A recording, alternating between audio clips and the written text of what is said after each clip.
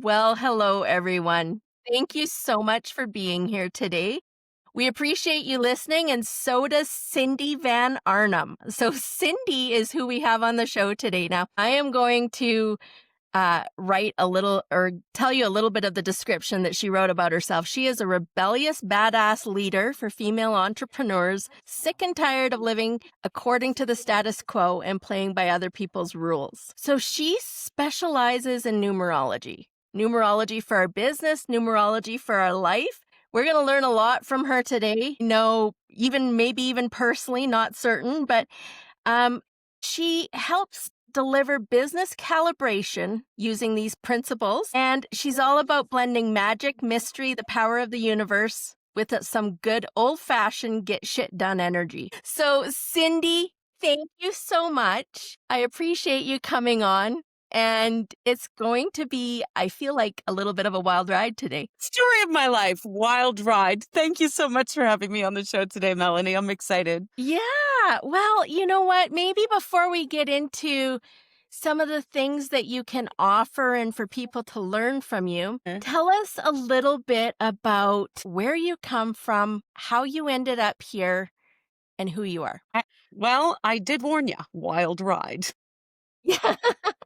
So, I grew up on a farm in rural Alberta, and Oh, I okay. had the best childhood ever. I mean, growing up on a farm, right? But at the age of 16, my dad passed away suddenly when I was 16, and it literally tore our family apart. It tore me apart.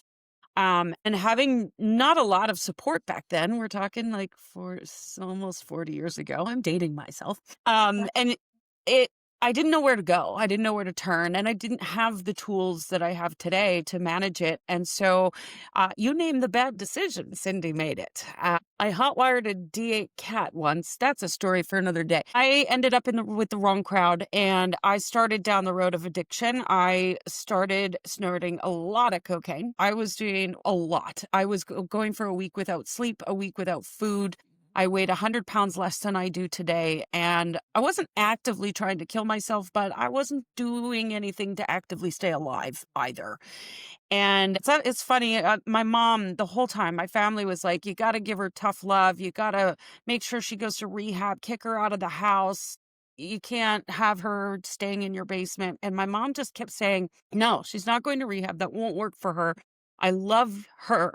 I love you. And she would say this to me, I love you, but I don't love your actions. And she said that, I don't know, every day for 3 years straight. And Wow. one day I finally heard it. I realized in that moment, somebody actually loves me. There's actually something worth fighting for here. And so in true Cindy fashion, was not going to make rehab was never going to work for me. I don't play by the rules. So I made a decision. I actually moved to a country that has a death penalty if you do drugs. And I moved there for a year under a contract that I had to finish out the year in order to have my flights paid for. So I moved to Indonesia, was gone for a year, and that's where I got clean. From there, I met a very cute Kenyan boy on the dance floor. And he asked me, do you want to move to Dubai? And I thought, well, they have strict drug laws there too. Sure, let's go. So I moved to Dubai, and then my mom got super sick. So I had to come home, and coming home again, because you get sucked right back into it. I wasn't doing drugs again, but I got sucked back into the wrong crowd, and I ended up with a DUI. I lost my license for a year, and having my mom drive me to work when you're like in your late is very, very humiliating. So I realized I needed to make some changes. And at this point, I'd started studying some of the religious studies. So I read the Bible front to back. I read the Quran front to back. I was always just searching for answers. Like, why are we here? What's the point? I don't really get it. There's so much nastiness in this planet. Like, what are we doing here? And then at this point, I started getting into personal development. So the Brendan Burchards, the T. Harv Ekers, the Tony Robbins, I just started soaking it up. I spent over $250,000 in personal development, never actually implementing any of it, just learning it, soaking it all up. And in my mid-30s, I find myself behind a dive bar with a baseball bat for protection, wondering, this can't be it. This can't be it. There's got to be more. And I get in my car that night. I didn't actually have to use the bat, thank God, but I did have to threaten with the bat. And I got in my car that night. I was like, I am so done. I'm so done. I can't do this anymore. So as I'm driving home, this song comes on the radio, and it's a song by Hailstorm. It's called I Am the Fire. And the name of in the song, there's this line. It says, "I am the one I've been waiting for." And something triggered in my mind. You know, you have those moments where you're just like, Mhm. and I went home that night. I started researching what else can I do with my life? Like there's got to be something else. So I ended up going back to school, and I was returned to school as a mature student for event and promotions management. And it turns out I hated that too. At this point, I've never held a job for more than a year in my life. I'm in my mid 30s. I'm going, what the hell? Like there's got to be something more that I can do here. This can't be my life. And I decided to start my own business. So I went to an event where part of event and promotions management, we had to volunteer in these rooms. So I went to this event where I knew there was 150 women of my ideal client in the room. And I built my business off the back end of that event. And now I'm an entrepreneur. But in that room, there was a woman who was speaking about numerology. She was talking about numbers. And I thought, this is a bunch of hoo-ha. Like, no, uh, I'm not buying it. But she at that time was doing a daily forecast on her Facebook. She was doing a live stream and she was talking about the numbers. It was like 5 minutes. So I started listening to it every day because something was calling me in. And as I listened to it, and then I felt the energy of the day, and I would go through my day, I'd be like, there's something to this. It was ridiculously accurate. And then I started studying. I'm like, okay, what is this numerology thing? And I realized the universe is a mathematical equation. And numerology is the study of the intuitive study of numbers. This makes sense. And so I went down the rabbit hole and I soaked up everything about numerology, and it gave me permission to change my entire life. It now, as I am a 7-time International Film Festival Award winner, I've shared my story on 480 million TVs around the world. I've guested on over 200 podcasts. I am certainly not a dive bar bartender anymore. I told you it'd be a wild ride. Yes. Wow. What, just what a circuitous journey. Mhm. Yeah. So tell me, we're going to get into this whole numerology thing. Now, I Mhm. have always, believed in numerology, not enough to actually learn it, Cindy. I don't care about the process of things. I just Yeah. like people to tell me stuff. Got it.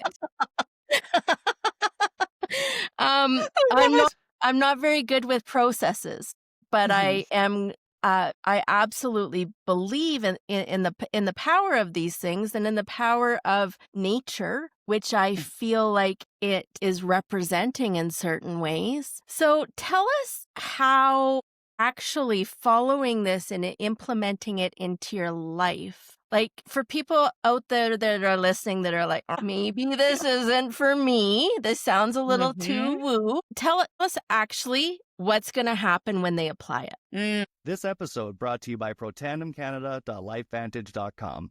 What if you could turn on your body to work like it was supposed to? What if you could have it remember how to handle toxins, stress, and the environment like it used to when you were young? What if it worked for your pets too? What if this is not about supplementing something that is missing, but activating something that has gone dormant? About actually turning on your body to make these things again. Learn how to activate your body now. Check us out, protandemcanada.lifevantage.com. First of all, the first thing that I noticed for me when I got a reading was this feeling of somebody finally saw me. So if you've ever taken any kind of personality test, like the Myers-Briggs or anything like that, I mean, human design, there's all sorts of different personality tests, right? Astrology Mhm. even can tell us so much about who we are. And ultimately, that's the starting point for any journey, is to figure out who you are, right? Yeah. And at this point in my life, I have literally been burying who I was since I was 16 years old because I didn't want to look at her. I didn't Mhm. want to know who she was. But I was seeking all these answers from the Bible, from the Quran, from T. Harv Eker, from everybody. Like, tell me the answer to life. And when I had this reading, this woman, and her and I are no longer connected, but I looked at her and I was like, nobody has ever seen me like that before. And it was this sense of coming home. It was almost as if my soul, whatever you want to call that, remembered. who I Mhm. was before all the trauma happened in my life. And it triggered something in my brain, in my ego, in my subconscious that went, what if that's possible? And from there, I mean, my chart, if I look at my numerology chart, it says you're a public speaker. Before I got a numerology reading, believe it or not, I was the quietest, most shy person you could possibly imagine. I rarely spoke to anybody. I'm very introverted, if you could believe that. And the reading, I was like, there was something in me that was like, maybe I could be a public speaker. That's terrifying. No, I don't want to do that. I just started doing Facebook Lives. And pretty soon I'm on podcasts. Then I'm sharing my story from the stage in Las Vegas. And then my movie's going out to 480 million TVs. This has been over an 8-year period. But it started with that one seed of, what if that's possible? And I think that's the biggest thing is numerology isn't the answer. It Mhm. doesn't give you the framework for this is how you should live your life. Mhm. What it does is it opens up the windows of possibility for you. So you can stick your head out the window and go, I'm going to do that. And you can pick. But it's based off of what's available to you in your energetic framework, if that makes sense. Yeah, 100%. So now, some of the things that I've read about you is that you also do this for businesses too. I do. Yes. So Yes. tell us, is there any difference between personal and business and how you figure that out? Well, it does depend on the business model. So, personally, I work with personal brands over like corporate. I can go into corporate. I can help teams work better with each other. In fact, one of my biggest clients is corporate, and I work with his team to help them manage and work together. And their team is phenomenal. They go bowling together once a week. They're so much fun. But ultimately, I'm looking at personal brand. So, first and foremost, any personal brand starts with you first. If you don't know who you are, how can you possibly present yourself to the world in a way that feels authentic and feels real, right? Otherwise, you're going to burn yourself out, or people are just not going to buy from you because they're not buying into your whatever it is you're putting out there, right? Mhm. So we start with that personal, like who you are. Then we look at how you're expressing yourself. So, content, if you're a content creator, if you're using social media, if you're using email, if you're writing books, if you're podcasting, all of these things, we look at how that expression fits best for you based on your numerology. Some people are just born to be speakers, and some people are born to be writers. Some people just express themselves in different ways. Some people are born to be dancers. It's all expression. Not me, she says. But don't tell me to play by the rules. I cannot. No, I'm leading. The other thing we look at is sales conversations. So, there's so much strategy, especially I work with a lot of coaches and mentors, and there's so much of the strategy. This is the right way to sell. And I think that's a bunch of hoo ha because you sell to one person differently than you would sell to somebody else. So if you know who the person is you're talking to, you can have a better conversation and have a better opportunity to serve that through the sales process, because one person needs something differently than another person, right? It's like we all learn differently. We can't judge a fish's ability to learn by its ability to climb a tree. Like it just doesn't work that way, right? Mhm. The other way I look at this is I help people create offers. So based off of first who you are, how you express yourself, who your client is, who you're working with, we can pull together an offer suite that works really, really well for you and creates sustainable, consistent revenue so that you're not hustling and trying to make this work and that work and throwing spaghetti at the wall, which is a common coach's mentality. And then finally, the last piece is I help people with creating content, with pulling together their own personal rhythm. Some people are designed to be on all the time. Other people need more automation and systems in the back end to make things work so you can take time off. It just depends on who you are, right? So we look at this whole ecosystem and pull it together in a way that really truly works for you. Yeah. As you were saying that, I can't help but think of where we are right now with AI Mhm. and just how, to me, it feels like we're dumbing. In some ways, I can see it being accentuated who we are, but in other ways, it's like putting this filter over authenticity that just drives me up the freaking wall. And it is helpful, not gonna lie, I use ChatGPT a little bit, but how does how do you see ChatGPT and all these different things playing into the essence of who we truly are with numerology? I love this question. Thank you for asking this. Oh my gosh. Yeah, I talk about ChatGPT a lot. Number one, I will never come down on anybody who uses AI because ultimately, if you're using it in a way that supports you, it is creating more efficiency. It makes you faster. It makes you, if you're doing it right, and it can help you keep up with the speed of things, right? Because let's face it, the world is moving way faster. But if you are using it as a tool for self-expression, as in you're using it to create your content, stop it. Stop it. If I could get ChatGPT to do my laundry and wash my dishes and make my bed, I'd be super happy, right? But ultimately, like I use it for research. I use it for helping me map out all the million ideas in my head and prioritize. I use it for managing. I don't have diagnosed ADHD, but I think all entrepreneurs have a level of ADHD. So I use it to help me manage that. I use it to help me stay organized. I use it to help me with all of my gazillion pages of notes and ideas to I just screenshot it and be like, here, please put this into some framework that makes sense. I voice note a lot of my content and because I'm a speaker, right? And I take the transcript and I say, get it to help me put it into a written piece of content. But I'm not saying, please write me a piece of content that's on this topic. Because the minute you do that, I can smell it from a mile away that it's Yeah. created by a robot. You sound like everybody else. It's very fluffy. It's not specific. You're not giving examples. I can smell it from a mile away. Mhm. So don't let AI replace your creativity as a human being because that's our superpower. Yeah, I agree. I love how you said every entrepreneur is likely ADHD or, that's what I have definitely noticed as well. Tell me about that. Tell me a little bit more about your perspective on that. I think the entrepreneurs are built differently. The idea of going to a job and sitting in front of your desk for 9 hours a day and following someone else's rules, we're just not designed to do that. And that was me my whole life. I couldn't hold a job for more than a year because A, I got bored, and B, I could do it better than my boss. And so, as an entrepreneur, we've got all these ideas. It's this, I can do this and I can do it more efficiently. I can do it faster. I could do this more creatively. This could be way more fun. And so we don't fit into a box that a boss or a job can provide.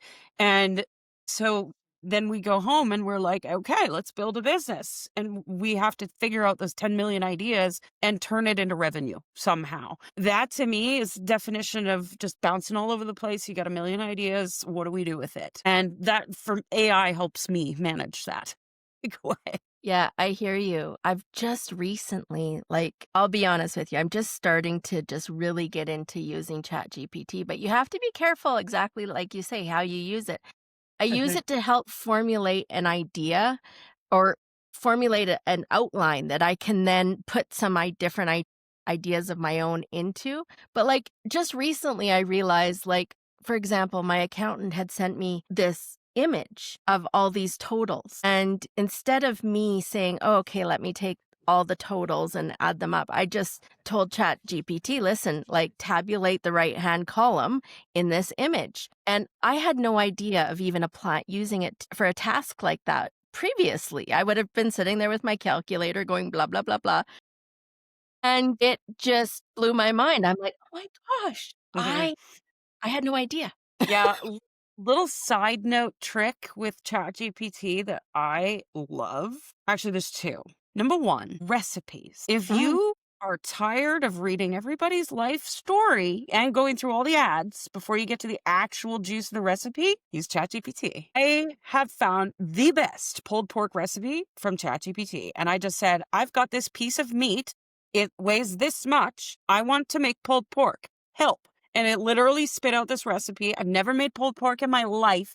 It was phenomenal. So, and then I just create these little folders that hold all my recipes. So that's handy. So, if you've got you get to experiment with, and I love to cook. yeah. That's one of my creative expressions. So But the other one that I use is a recent one. And I was a little bit like, I don't know how I feel about this, but I had recently had blood work done. And Oh, here in BC, unfortunately, even in Canada, our medical system is not that great. And if you want to take your health into your own hands and be preventative, you've got to do your own due diligence. And so I had blood work done. I took my labs myself, which some of the numbers were a little out of whack, but our doctors only call if something's really out of whack. Doctor still hasn't called me. So I took those numbers into ChatGPT and I said, what does this mean? Here's what's happening. This is what's going on. Don't give it your name, your date of birth, no personal information. But it actually came back with a solution for me. And I'm happy to report that I have removed myself from a prescription that I've been on it for 2 years. I'm not giving wow. medical advice. Do not take medical advice from ChatGPT. Be very what's the word? Diligent. Be Yeah. diligent in your research and things like that. And the medication that I was on was nothing really serious, but it was super helpful for me to see why my blood work was out of whack and what was going on, and then actually do my own diagnosis through that. Yeah. Wow. Yeah. So it's got its uses for sure. Well, and I mean, let's face it, like now, the few times that I have been to the doctor in the last few years, I mean, they're going into Google. Yeah. Like my doctor, you sit down, you tell him what's going on, and he's either going to PubMed or Google or something, right? And yeah, it's everything is at our fingertips. Okay, let's get into this numerology stuff. So tell me, first of all, what are you doing with this information to start with to kind of like when you take that information, what's your first step? Do you mean like when I get somebody's chart, what do I do? Yes, like when you get Yeah. their numbers, what's your first step? Yeah. So what I'm looking at is your full date of birth. The difference with numerology and astrology is I do not need the time, nor do I need the location of birth. I just need the numbers. That's all I need. Okay. We can dig into the time, but everything's a rabbit hole. Yeah. So I look at all of the numbers in your date of birth and I map it into what's called an energy grid. And this energy grid right away is going to tell me so much about who you are and how you operate. And I do have your date of birth. So if we want to do the full live Yeah. thing, we can do that. But that's the first thing I look at. And then I'm looking at, I use two different systems of numerology. So one of them is your traditional, is actually developed by Pythagoras, a squared plus b squared equals c squared, the Yeah. OG of numerology. And I use that first to find kind of the foundation. And then from there, I take it to a whole nother level with a system of numerology that there are only about 2,000 of us trained in the world. And I look at what's possible. So there's the foundation. This is who you are. This is how you show up. This is kind of how you were born. And then the other piece shows you those windows of opportunity that are available to you. Do you want me to That dive into your numbers? I agreed to get a little personal with this and I'm excited. You can ask me anything, we can talk about anything, and if I feel differently, I'll let you know. Yeah, absolutely. So I think this is the biggest key to understand is that this is not a rule book. This is not like this is who you are and you have to be Yeah. this way because we're human beings. We're growing, we're evolving, we're changing. And so what may have been true when you were a child is probably way different than what it is now based off life experience and things. And as we grow and become more self-aware, we actually shift some of the patterns that are ingrained in our chart so that those no longer apply. So, for example, one of my biggest patterns my whole life was self-worth. I had a huge struggle with self-worth. Hello, addiction, abusive relationships, you name the bad decision, Cindy made it, right? And Okay. now I no longer make those decisions because I know my self-worth. So it's not that the pattern's not there. It's just that I'm aware of it. And so I use it differently now. So yes, this is always a conversation. This is Yeah. never, this is who you are and you have to play by these rules. No But bullshit. like a tool just to step into more of our possibilities like you were talking about. Exactly. Yeah. Exactly. So you, my dear, I'm guessing that you like to plan things out and that you really like to have some structure to how you move things out. Is that true? She's like, no. Okay. So that's interesting because you've got what we call the arrow of planning in your chart. in your energy grid. And this usually indicates somebody who loves to at least, or if the plan changes, you don't love it that much. But when we layer in other numbers in your chart, this is maybe where you're not seeing this. So you have, if you were to Google this, it would be called a life path number. I call it a ruling number. You have this number of the 7 in your chart, and you have a lot of 7 in your chart. Now, 7s are all about freedom, moving quickly, desire to learn a lot. You already brought that up today. And really just being on the innovative edge of things. And so if you're not somebody who loves to plan, it's likely that that 7 is overriding that arrow in your chart. And it's like, I just want to move faster.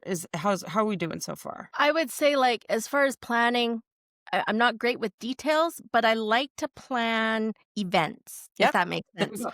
So, Yeah. yeah. Yeah. And planning isn't necessarily about the details. The details come later, right? Yeah. But the planning is like, ooh, I have an idea. And what if we did this? And then we go and create it, right? Yeah. Okay. So you also have another arrow in your chart that indicates possibly a frustration with things not happening fast enough or not. She starts giggling. See, this is when I know I'm onto something. Tell me Yeah, I more like about. things done fast. Yeah. So I actually have this same arrow in my chart. So it's called the arrow of frustration, which means we get easily frustrated when things don't go our way or don't go as planned or don't fall into place exactly at the right time, things like that.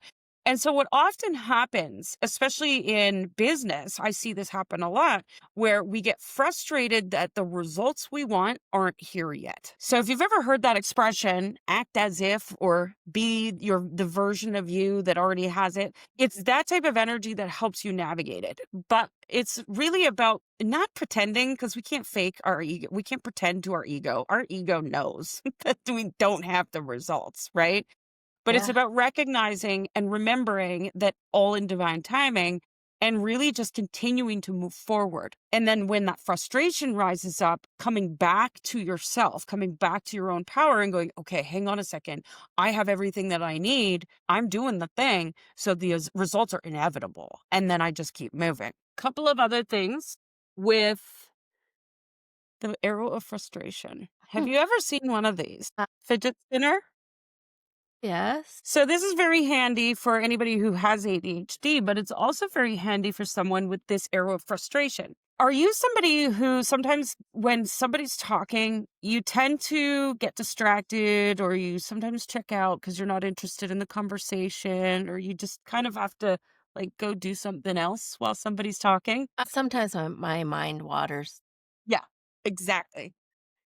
Yeah. So there's this underlying frustration. I want things to move faster, or over here, shiny object, Yeah. right? So the fidget spinner, I also have an app on my phone that's like color by number. Yeah. So when I'm listening to trainings from my mentor or there's something I need to concentrate on, even just doodling when you're on the phone can be Mhm. super useful to keep your mind focused so that you're able to stay connected and present in the moment with that particular conversation. So that's something that could be useful as well. I do doodle a lot while I'm on the phone. And one of the things that I notice is, like, if I'm having to do something mundane, like cleaning or something where I'm easily distracted, like I'm like a butterfly. If I have to do something, is if I'm talking on the phone or doing something else while I'm doing it, I can get it done, no problem. But if Hmm. I'm not already like distracted, I find myself easily distracted in the task. Yeah. Yeah. Yeah. So, the era of frustration, it really is this opportunity for a little bit of multitasking. Now, I never ever say multitasking is useful because it's actually not, but,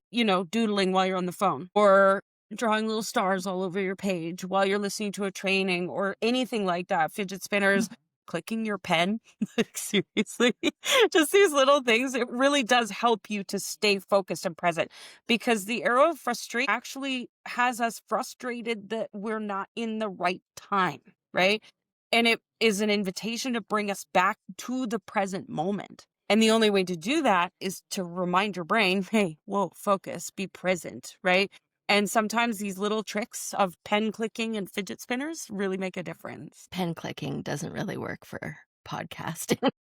It really doesn't. No. You're wondering what that clicking is in the back of the podcast. It's Right? Melanie. So this idea of like, do you think this whole entrepreneurship, do you think that's something that we inherently have, or that whole line, fake it till you make it? Do you think Mm. that is something worth talking about, or do you think most entrepreneurs are born? I honestly, this is a conversation I've had with my mentor a few times because I've always been of the belief that anybody can start a business, but it takes a special breed. It really does.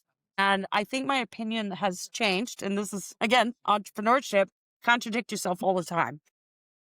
I honestly believe that there is a part of us that simply cannot play by the rules. And that is usually, there's an exception to every rule, usually born into you. Because some people simply just don't have it in them. They just want to go to work and get the paycheck and come home and leave work at home. And that's totally fine. There is nothing wrong with that at all.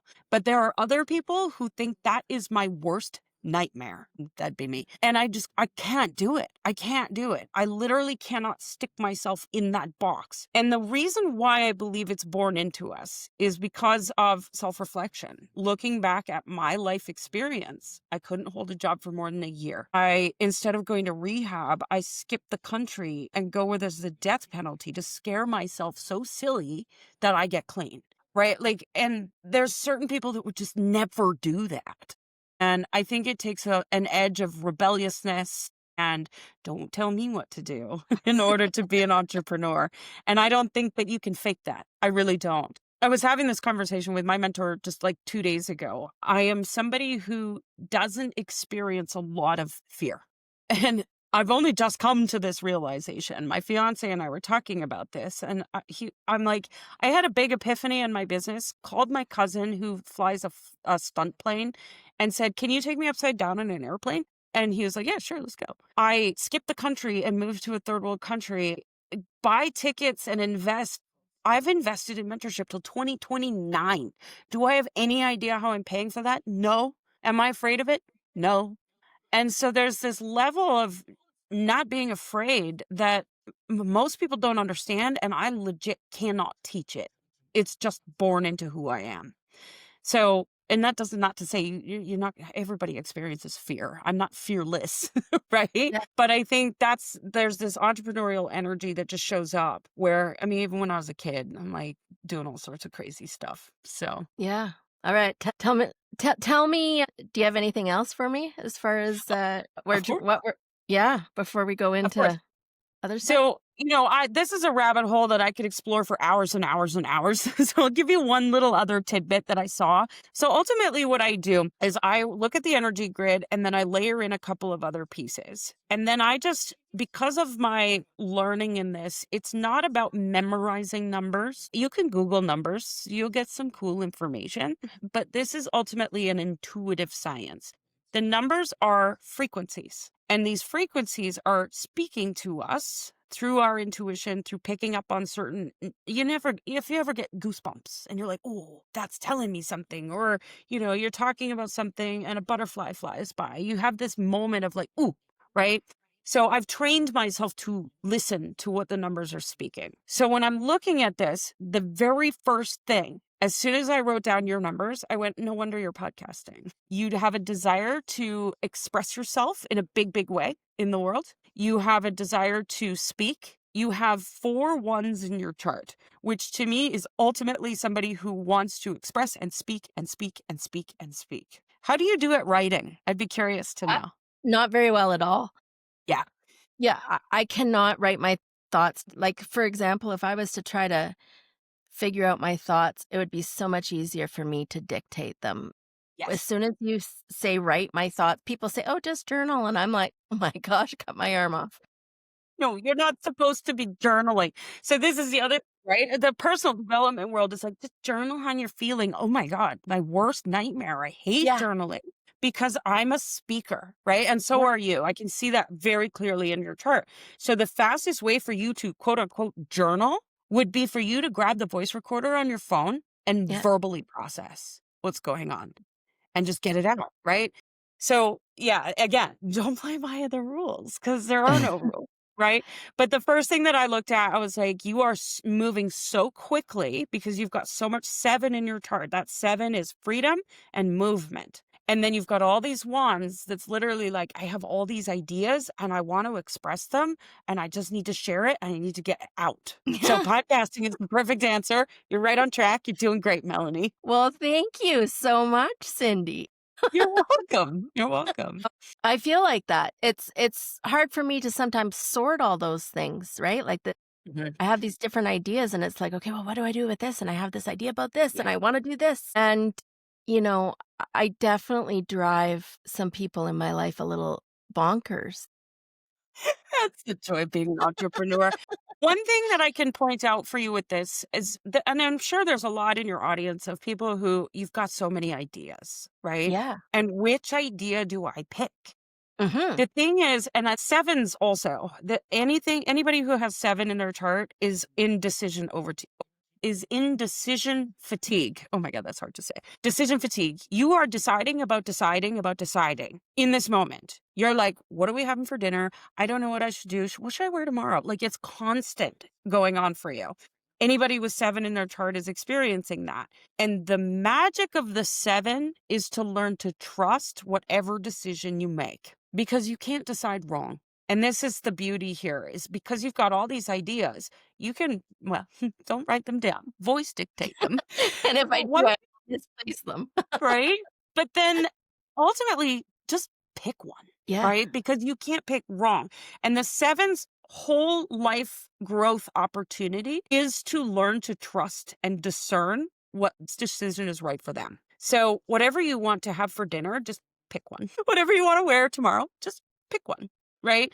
And the Yeah. faster you learn to decide, the faster you'll learn to trust yourself. And the faster that overwhelm will go away, where you've got so many ideas, which one do I do? You'll start to get to that place where you're like, oh, that one, that one, that one, because your discernment muscle becomes so strong. Yes, I can see that. So, for people that are out there listening that might, lead a team or have a business or something, how can they take some basics of what, like rudimentary ideas, and maybe build it into the synergy of what they're creating?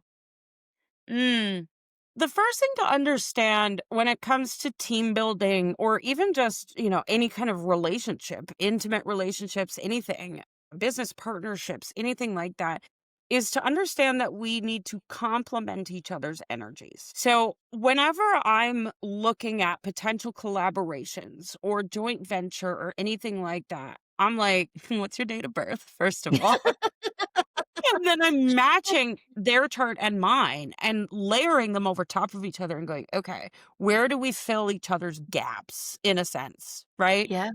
So for somebody like you having the arrow of frustration, this means that there's a whole line of numbers missing in your chart. That does not mean you're broken. There's nothing wrong with No. you. It's just who you are. What would benefit you is to find people who have those numbers because they fill the gap in your chart, right? Mhm. So for me, for example, I'm missing a lot of the numbers in the emotional plane. So I bring people into my experience who are maybe a little bit more compassionate, more feeling state, whereas I'm more in the mental and the physical, and I like to skip over my feelings. I'm not somebody who likes to feel the feelings, right? And so I can bring people into my experience who complement, right? Instead of like butting heads. Ultimately, when it comes to creating teams, especially in corporate, and this is difficult to do if you don't know the numerology, right? This is where you would want to hire somebody to come in and look at everybody's charts. And this is what I've done with my corporate client is I've looked at everybody's charts and I'm like, those two are going to get along. Send them on the road together because they're going to be great. And sure enough, they're like best friends. They hang out on weekends, right? Or I can look and be like, we're going to have a little bit of a clash here. Now, that's not to say they can't work together, but we may need to do a little bit of HR around here. We might need to navigate this. We might need to have them working in separate parts of the shop, things like that to just really help you to understand how to bring that synergy into your team. Is that helpful?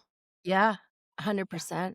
Yeah. So, when you talk about selling, Yeah. how do numbers influence somebody's ability to sell and the different ways that they sell? Mhm. and, the different ways that they build trust and so forth. Because I feel like that's the one part that everybody's trying to figure out. Like, it doesn't matter whether you are a business owner, whether you're not a business, you're either looking at it from the fear perspective of, "I don't wanna be sold," or Mhm. you're looking at it from the perspective of, "How do we get this done?"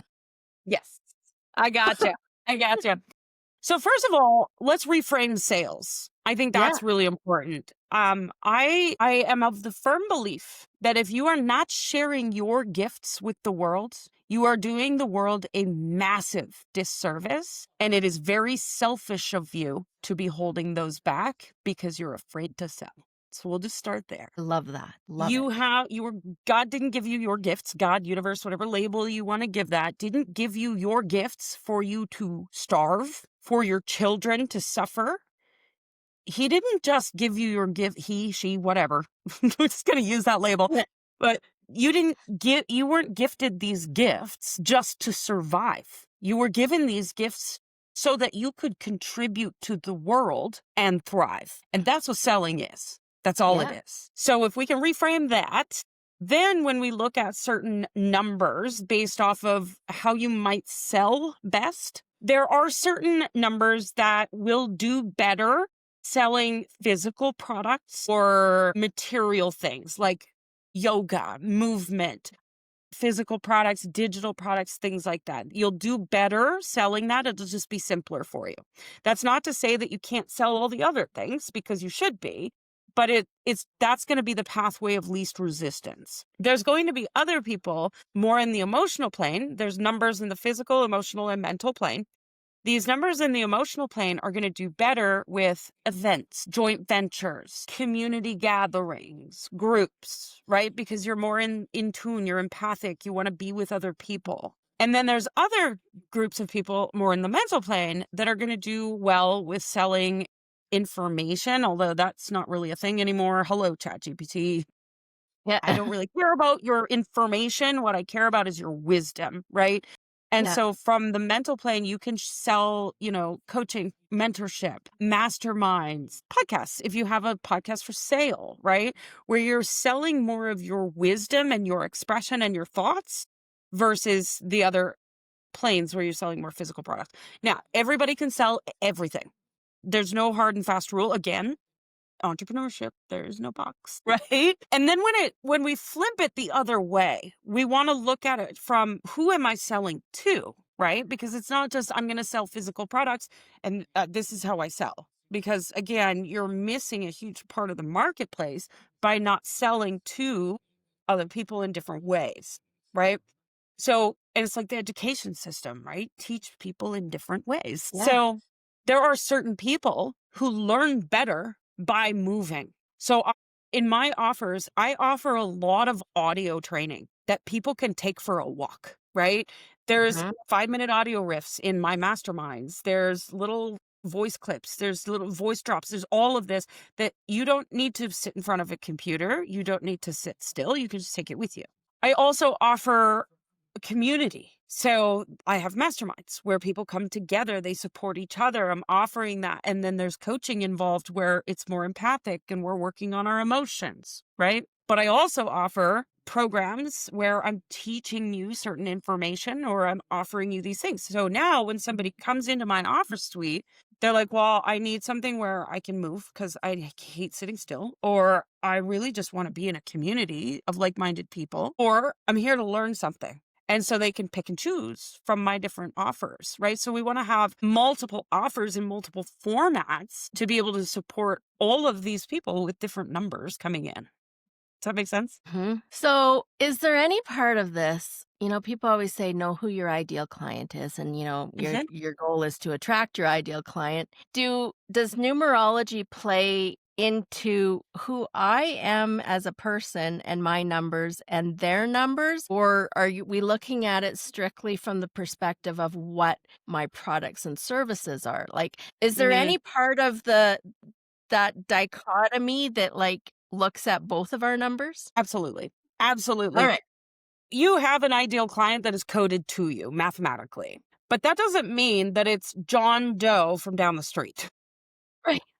It's an energy that's coded to you, not a person. And I think this is where people get confused. And I mean, traditional marketing, we come up with an avatar so that our ego can picture who this person is, right? We speak to one person. But at the same time, what we're speaking to is actually an energetic frequency. So my ideal client carries a particular number, and I know this, but it's not like I'm only speaking to that number. I'm speaking to anybody who carries that frequency. So my ideal client number is somebody who very much likes to have some structure and stability, but they also really desire play and adventure and fun. But they oftentimes take more responsibility for the structure and the stability, and they forget the play and the fun. So that in itself flows through all of my positioning, all of my marketing. I am always saying, I'm here to help teach you how to play more in life, while also maintaining consistent revenue, building a business that thrives, and making sure you're taking care of your family, right? And so, yeah, I do offer a client code numerology reading where we can look at that, and I can pull in some of that marketing language and things like that. That is something that I offer my clients. It is definitely something that frequency is coded to you. So now give me some examples. What have you seen? So as you see business owners or people that don't, not necessarily business owners, as you see them stepping into the shifts of using this information as a tool, what are some of the things that you see them maybe accomplishing a little differently in their life? hmm First of all, we stop trying to be like everyone else. So I see this in the coaching industry a lot. Somebody hires a mentor, and within 3 months, they sound exactly like their mentor.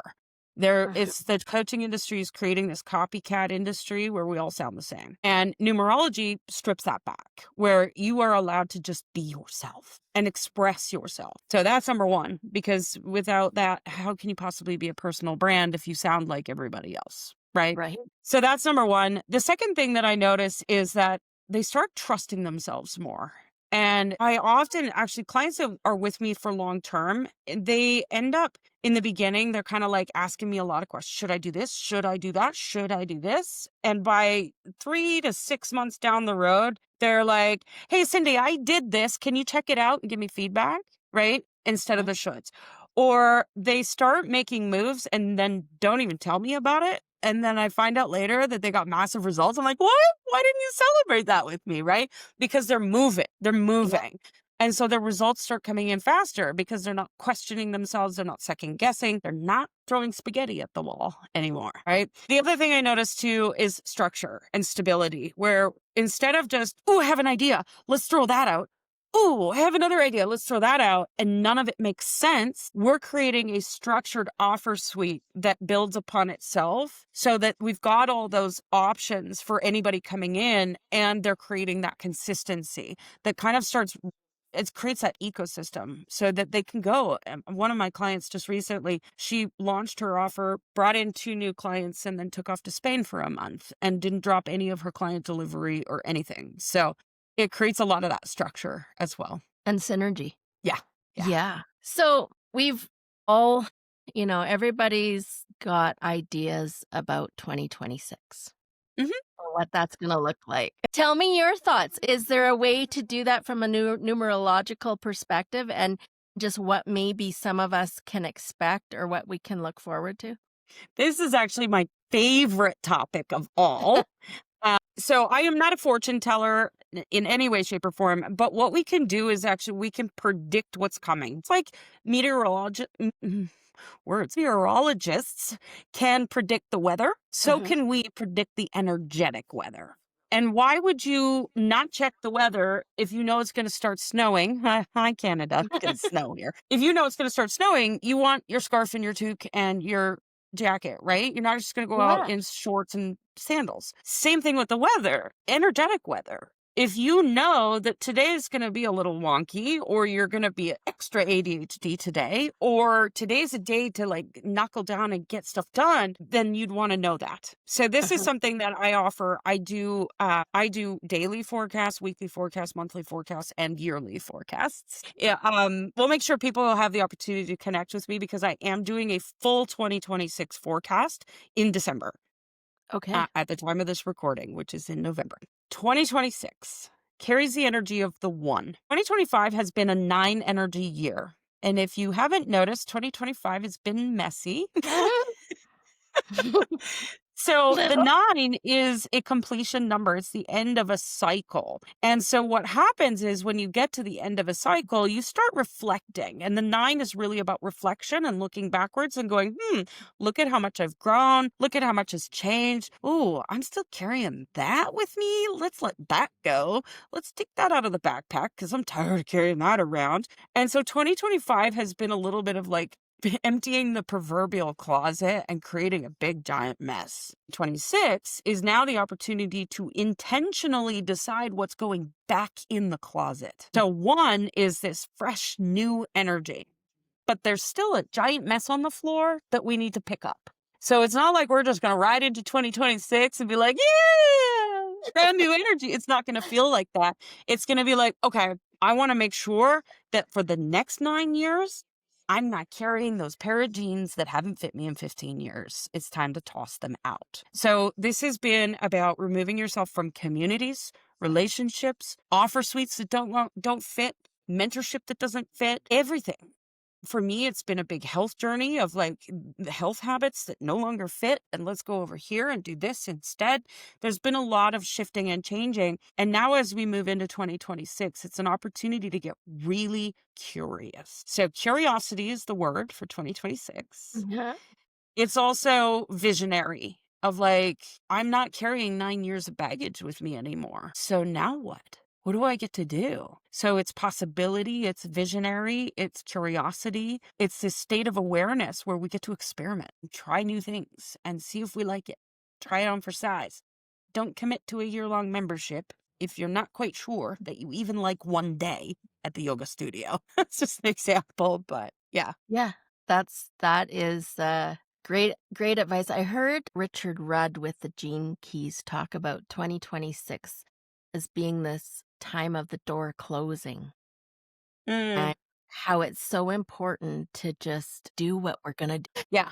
Yeah. Yeah. 2025 has really been the shedding of that. And then as we step into 2026, it's like, you got another 9-year cycle. What are you going to do with it? So in numerologically speaking, we're going by 9-year cycles. Tell us about the cycles. Yeah. So there's multiple different cycles in multiple different places. So I don't want to get into the math and Okay. things like that. But from a yearly look, we are looking at that collectively. So the whole world is moving into a 1-year cycle. But you personally, with your chart, you're actually moving into a 4 energy year. So everybody's going to have their own different year. It's like January 1st is the beginning of a new year. The whole world goes, oh my God, it's a new year. Yeah. But your birthday is at a different time of the year. So your new year actually is on your birthday, not January 1st. It's the Okay. same thing as, Monday is usually the start of a work week, right? Collectively, but based off of your personal cycle and your date of birth and the day of the week you were born, your quote unquote Monday is actually a different day. For me, my Monday is a Wednesday. It's very confusing. You start to get used to it. For me, it's really about just learning the nuances. And it's taken, I've been doing this work for 9 years, and there's still days where I'm like, that didn't really work out the way I had planned. But ultimately, it's just figuring out the nuances and understanding those little pieces. I know for me, like Thursdays, great day to connect with clients because that's my day based off of my rhythm, right? And everybody's is going to be different. Okay. Yeah. Well, I feel like this has given me such a broader perspective, a broader and a narrower perspective on numerology. I can hardly say it. But it feels like it's honed in a few things in my mind, and this makes me excited to go, okay, what do you have? What can Yeah. you sign up for? Tell us how people can find you. Tell us how they can tell us, you gave us a little bit of some of your offerings, but break it down for us and how we can get a hold of you. Absolutely. Well, somebody once told me that you've made it when you can Google your own name. Google me. No, just kidding. If you go to my website, fullblastcoaching.com, you will find on there 3 or 4 different freebies that you can download. One of them is called the Rhythm Recode, and that's really ultimately what I'm talking about with this daily rhythm. So that would be a very useful tool for anybody in your audience, whether you're an entrepreneur or not, to be able to tap into that rhythm and create an easeful life for yourself. I also have a membership for those of you who are interested in numerology. I have a membership called the Daily Digits, and this membership is literally the only membership by one of 2,000 Book of Life numerologists where you get a daily drop the night before, and it gives you a journal prompt and an action step for the day ahead for you to understand how to work with the energy and really capitalize and maximize the ROI of every single day. So that would be where I would start. And if there's anything else that you want to look at, I mean, my website's got all my offers on it, or you can find me on social media. Facebook, Instagram, and TikTok are my 3 favorite places to hang out, and send me a DM over there. Okay. Well, this has been absolutely illuminating. And is there anything else that you would love to share before?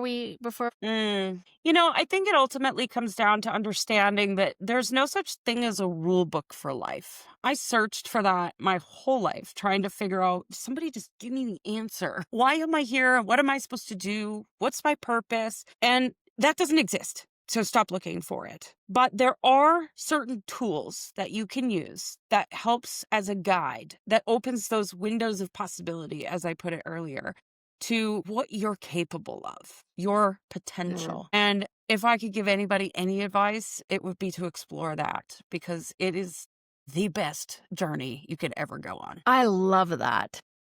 And Mm, I couldn't imagine a better place or message to stop at. Just explore your potential. yeah, exactly. Well, we will leave it at that, Cindy. Thank you so much for your time My today and all pleasure. your wisdom nuggets. Thank you so much for having me on the show today, Melanie. Thank you. All right.